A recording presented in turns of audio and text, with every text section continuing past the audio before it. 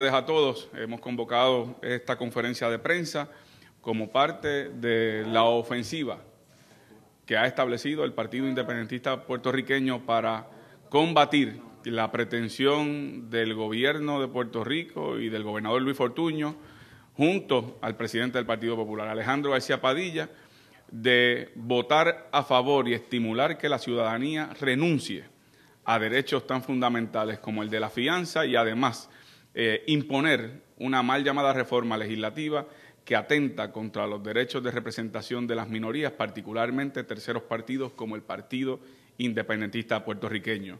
Como ustedes saben, el pasado lunes el Comité Central del Partido Independentista se reunió agrupando a todo el liderato de la colectividad para iniciar lo que se ha denominado la campaña del referéndum. Ahora le toca al pueblo, el 19 de agosto, vota 2 veces no, en repudio a las propuestas contenidas en el referéndum, como señalé, limitando el derecho a la fianza y estableciendo una mal llamada reforma legislativa antidemocrática. Eso significa que el partido está ahora en una dimensión de campaña política en la calle y ya nuestros comités tienen las instrucciones establecidas, tienen el plan trazado y estamos cumpliendo con nuestros objetivos y en el proceso de reclutamiento de los funcionarios de colegio. Pero complementario a ese esfuerzo, en el día de hoy anunciamos que también vamos a presentar ante el Tribunal Supremo un nuevo escrito de reconsideración, cuyo fin es subrayar los errores jurídicos cometidos por el tribunal con respecto al pleito incoado por el PIB, impugnando la constitucionalidad de ese referéndum, en donde el Tribunal Supremo incluso trató de minimizar lo que el propio tribunal llama traspiés legislativos, lo que se considera un tropiezo al abismo de la alteración constitucional de nuestro régimen a un sistema más antidemocrático y por lo tanto entendemos que es nuestra obligación, aun cuando ya estamos en el ruedo político, ante los temas tan importantes planteados ante el país en ese referéndum, que el PIB también agote el recurso de la reconsideración como un asunto de dejar claro para el récord histórico lo que han sido nuestros planteamientos y lo que a nuestro juicio fue la determinación errónea de ese tribunal. Eso no significa que no continuemos con nuestra campaña política y que no continuemos haciendo un llamado al pueblo de Puerto Rico a que con el voto en contra de esta propuesta es una gran oportunidad de revocar al Tribunal Supremo de la mayoría de Luis Fortuño y que el pueblo se dé a respetar y nos rinda derechos fundamentales.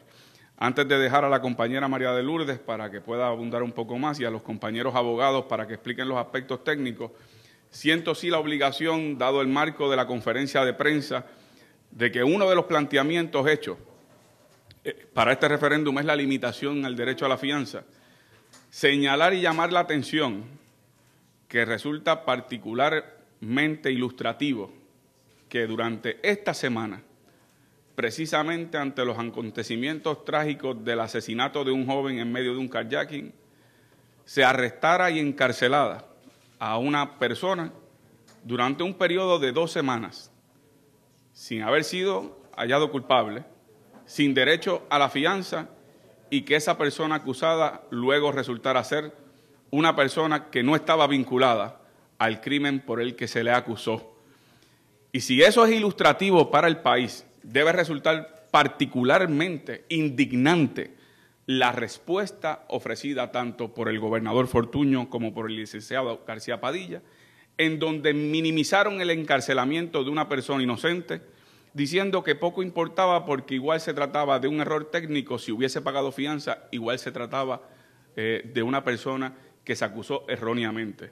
Y traigo este tema porque yo sé que el licenciado Fortuño y el licenciado García Padilla no han pasado por esa experiencia, pero yo sí he estado en la cárcel.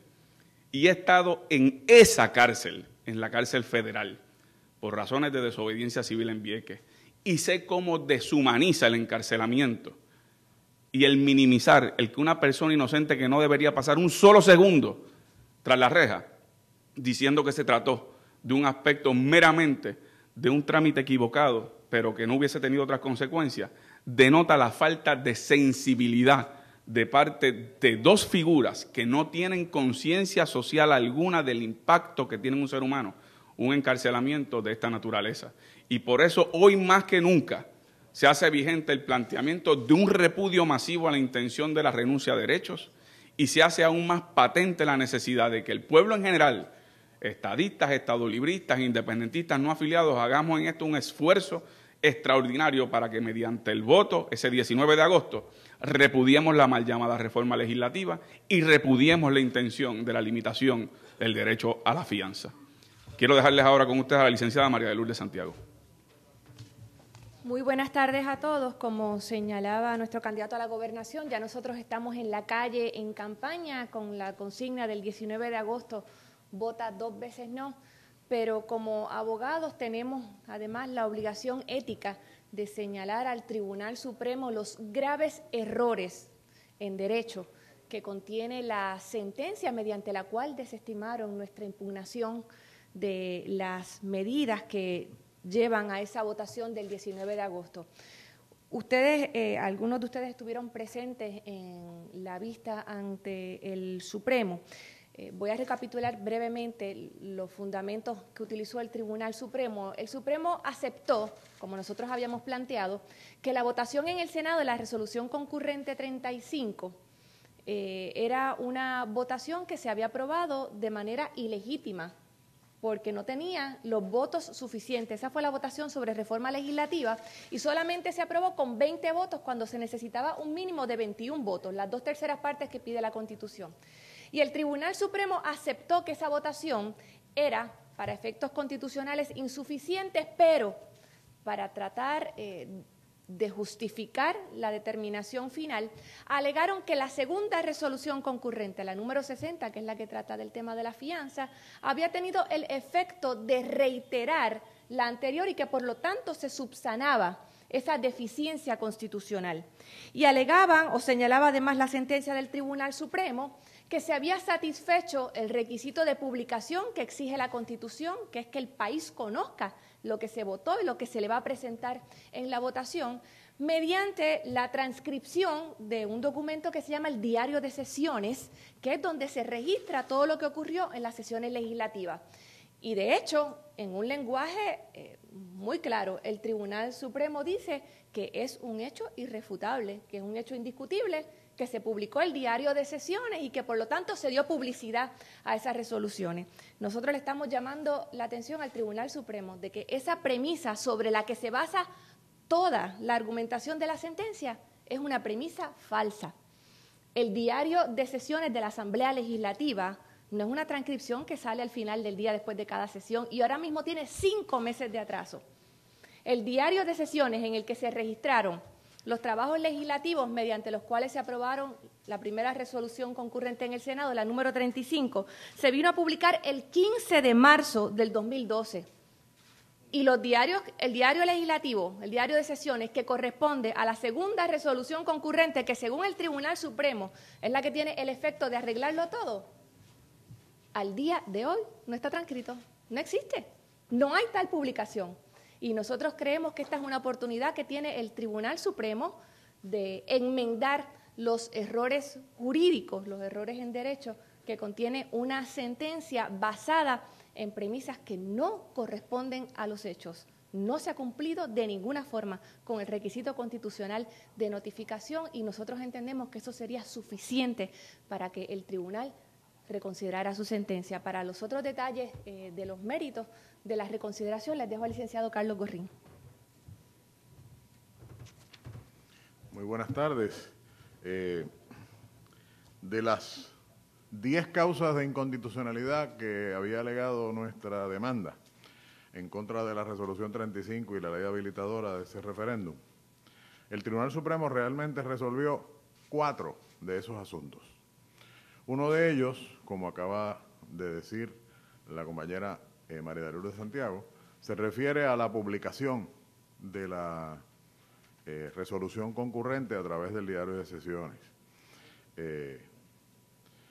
Pero hay otros planteamientos que el tribunal o resolvió de una forma muy confusa o no resolvió, sencillamente no resolvió. Por ejemplo, en cuanto a los argumentos que nosotros escribimos sobre que se había incluido en la resolución concurrente que el gobernador puede convocar las juntas revisoras de distritos legislativos para que vuelva a hacer una revisión a la luz del censo del 2010, a la luz de la propuesta si se llegara a aprobar, el Tribunal Supremo dice en una oración que la Constitución prohíbe que la Junta siga revisando luego de haber realizado la revisión después de un censo.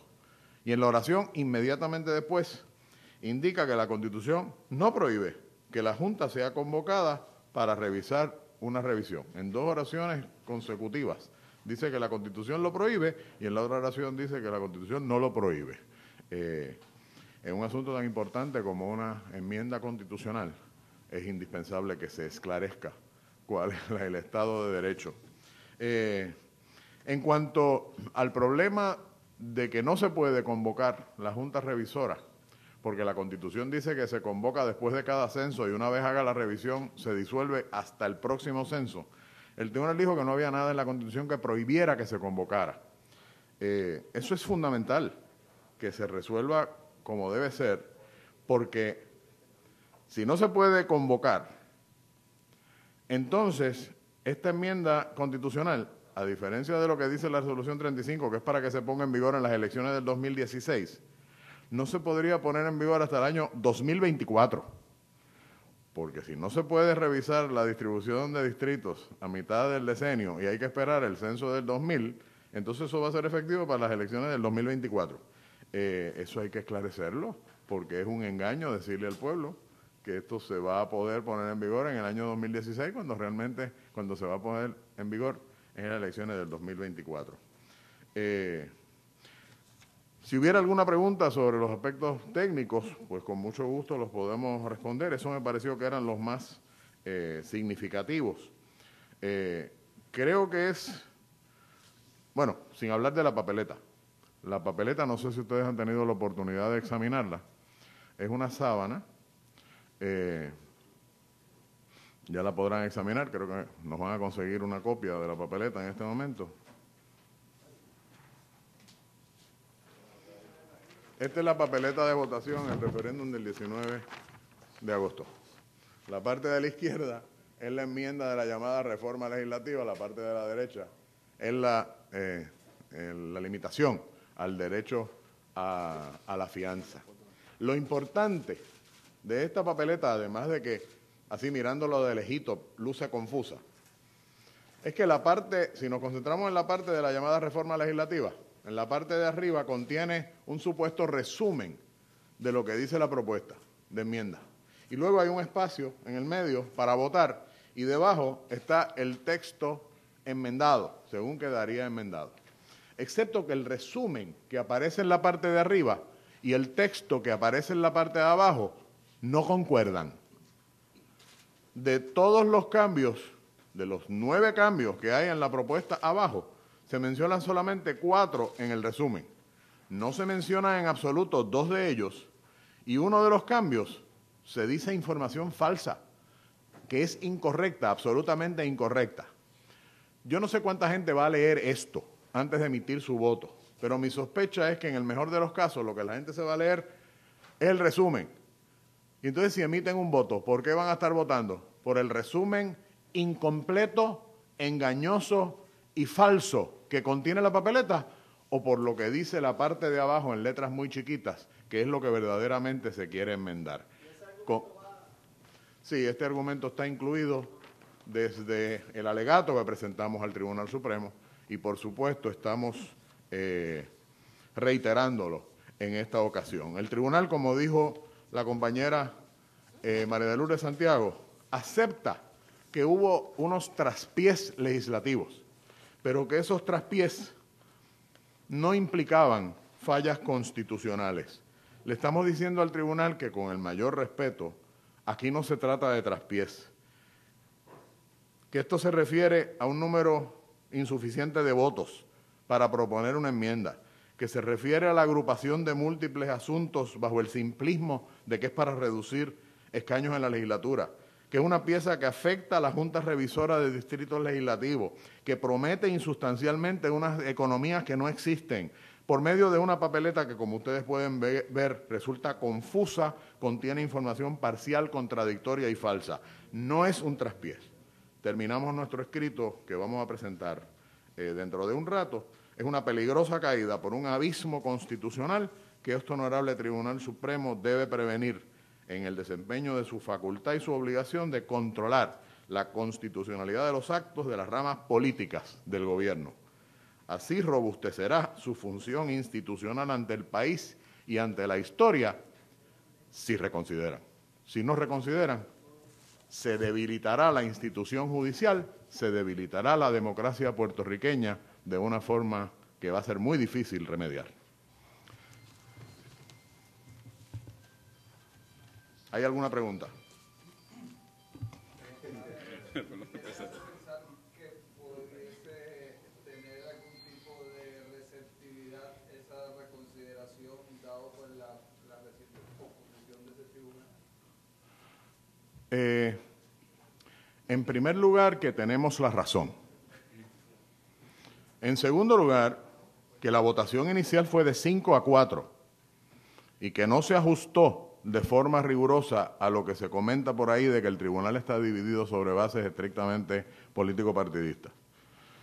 En tercer lugar, que los jueces del Supremo tienen una responsabilidad histórica que desempeñar y una función de protección de la institución judicial.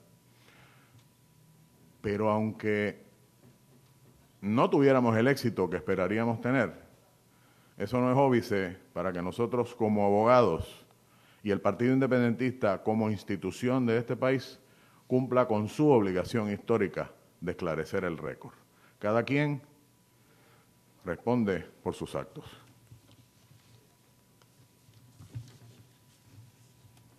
El recurso en términos técnicos, ¿cómo se llama? Se llama moción de reconsideración y se puede presentar dentro de los 10 días laborables después de emitirse la decisión del tribunal. La decisión del tribunal fue El 6 de julio, y por lo tanto, como el día de ayer, antier, era feriado, realmente vence el lunes próximo, pero quisimos presentarlo lo antes posible, porque apenas dentro de un mes es que está pautada esta votación, que en otros foros yo he llamado un disparate constitucional. Quisiera tener claro los elementos que explicaba la licenciada María Dulce Santiago, que explicaba usted. En esencia, ¿ustedes entienden que ellos erraron en cuanto a que avaló que la votación en el Senado no fue por las 2/3 partes? Segundo, que explicó que... En cuanto a ese primer aspecto, ellos aceptaron. La opinión mayoritaria acepta que la votación de octubre del 2011 se realizó con votos insuficientes. Aceptaron que los votos de octubre no eran suficientes. Sin embargo, dijeron que cuando se aprobó la resolución concurrente 60, que propone la limitación al derecho a la fianza, de refilón se hizo referencia a la resolución 35, porque se dijo que el referéndum en cuanto a la segunda de la fianza se celebraría el mismo día que el referéndum de la primera, la de la llamada reforma legislativa, y que el Senado, o que la Asamblea Legislativa, se reiteraba en lo que había dicho en la resolución 35, y esa votación fue con suficientes votos, excepto que hemos argumentado en nuestro alegato que no se puede por meramente refilón aprobar una enmienda constitucional, especialmente cuando la medida que se estaba aprobando decía en su título que era para enmendar el derecho a la fianza, no para enmendar la composición de la Asamblea Legislativa. Pero eso, pues, esa es la decisión del Tribunal Supremo, ellos son los intérpretes de la Constitución. El segundo problema es el problema de la publicación. La Constitución dice que una propuesta de enmienda, una vez aprobada,